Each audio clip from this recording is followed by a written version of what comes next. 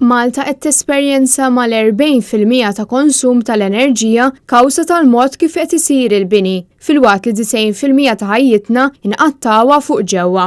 Dawn ir-realtajiet waslu biex tiġi mnedija analiżi għat-tnaqqis tal-karbonju relatat mal-bini u l-kostruzzjoni li ma' xogħol se jsir fix-xhur li ġejjin. Din l-analiżi bl-isem ta' Establishing Malta's Framework for a Net Zero Carbon Building li se ssir b'kollaborazzjoni bejn il-Kamra tal-Kummerċ u HSBC Malta il-ewwel tat-tip tagħha fejn se toffri riċerka u rapport biex pajjiżna jkollu bini sostenibbli.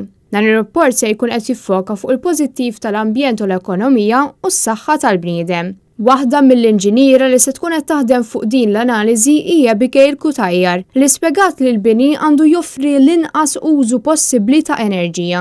Hi qalet li dan ma jfissirx li l-għan tagħhom u li jitnaqqas il-bini u l-kostruzzjoni. Iżda meta jsir ix-xogħol dan isir permezz ta' enerġija sostenibbli tant li l-ammont ta' karbonju ikkawżat mill-bini jonqos għal kważi żero. Biex isir dan, fost oħrajn se josservaw il-materjali użati, l-użu tal-ilma, siti sostenibbli, il-post u trasport u l-kwalità tal-ambjent fuq ġewwa. Finalment, dan se jkun adattat għax-xena lokali filwaqt li saħansitra l-liġijiet ta' pajjiżna se jiġu analizzati biex jaraw x'jista' jsir biex jitjiebu.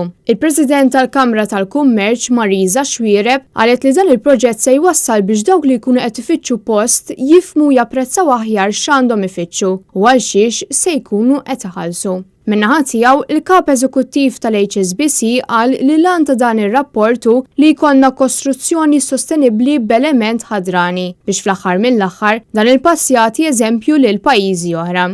F'intervent li sar mid-Deputat Nazzjonalista Ryan Kallus u qal li dan il-passu tant importanti għax qatt hemm ħafna xogħol xi jsir. Kallus fakkar dwar l-importanza li jitqajjem għarfien għax-xiri ta' bini li joffri sostenibilità tal-enerġija u biex isir dan hemm bżonn pjan ċar għat-tnaqqis tal-karbonju.